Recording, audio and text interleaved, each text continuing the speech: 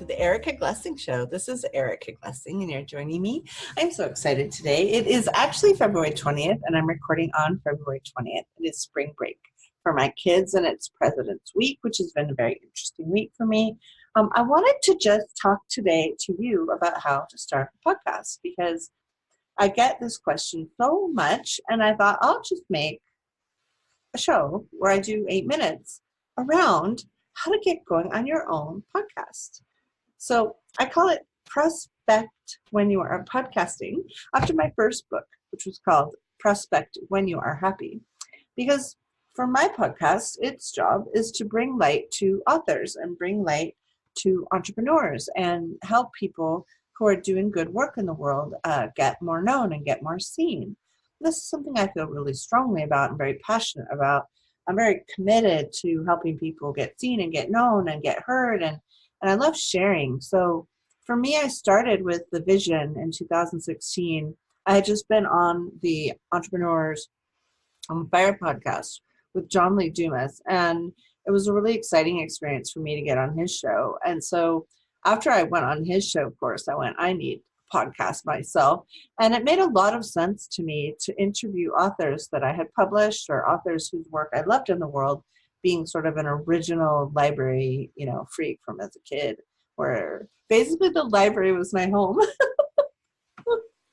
So the first thing you want to do, I'll just kind of walk through like 5 things that it would be really good if you did. So the first thing is to really start getting the energy of the show and start asking what the show will do, not only for you, but what it's going to do for the community, what it's going to do for the people that listen to it. Is it going to change people? Is it going to help people? Is there anything benevolent in your show? I find that shows that have a core of benevolence will do better.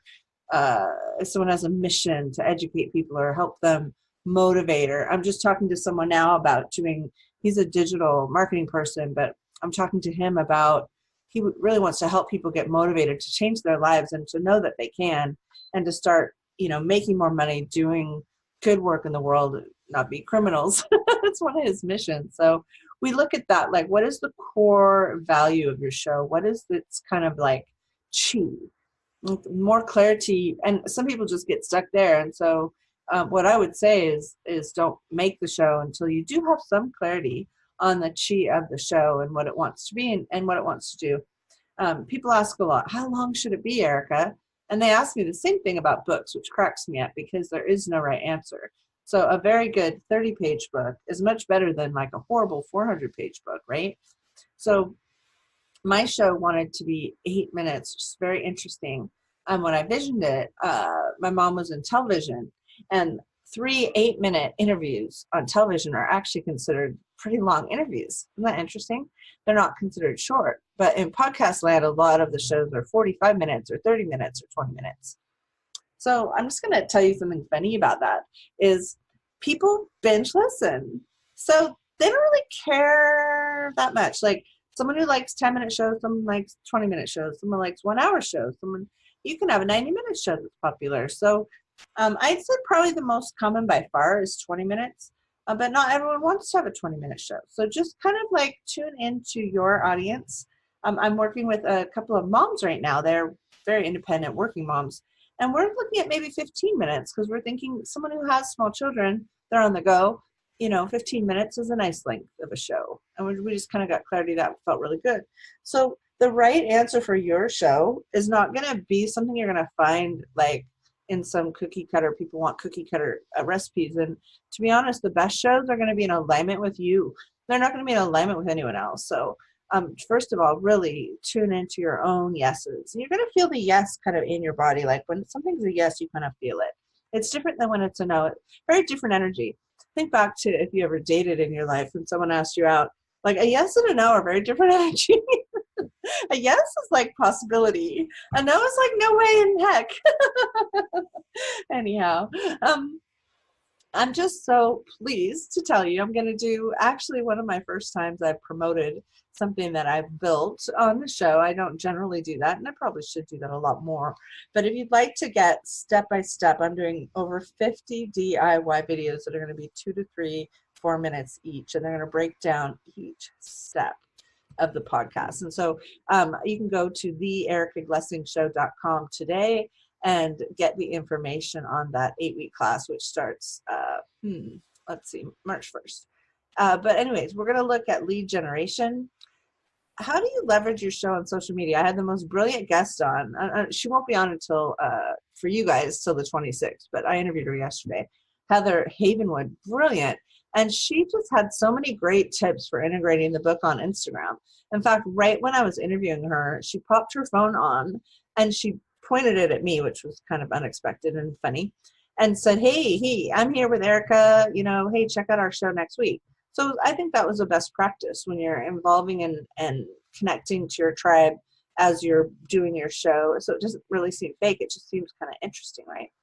Also, what about SEO? So this is search engine optimization. You want to use the right words to describe your show. So I use the words entrepreneur, sometimes small business people, and light workers, so people doing good works. So I love interviewing people who are changing the world, which often I see as the entrepreneurs, the kind of the healing type people. I love interviewing life coaches, and I love interviewing psychics, and I love interviewing people like me, right? I mean, why wouldn't I? So look at who you'd like to interview, and then you can start putting words on your show so people can find you. It's really nice then because people can type in words about your podcast and find you. So for me, they have to type in my name, but I'm probably going to work on that now that I have some digital marketing people on my team. We're going to be adding some more descriptions into our backend so people can find like an inspirational show that talks to authors and entrepreneurs. So then after that, we want to look at some of the automated techniques to make it really easy on you. I have 2 different virtual assistants. I have a web person. I have a sound person. These aren't really high expensive things, but I do find that they make my life better. In a pinch, I can be counted on to do everything myself. That's when you see the show not coming out that often because it gets backlogged at me. So the next thing we're going to actually cover in the podcast class that I'm teaching is how to invite podcast guests and then how to celebrate the guests when they come. And I'm not perfect at any of this, guys. That's the last thing I just want to say is just take imperfect action. And yeah, I'll help with the technical pieces. Like, don't even worry about that. Like, we're going to be going through all of that in the class, and you'll have DIY videos on every single step.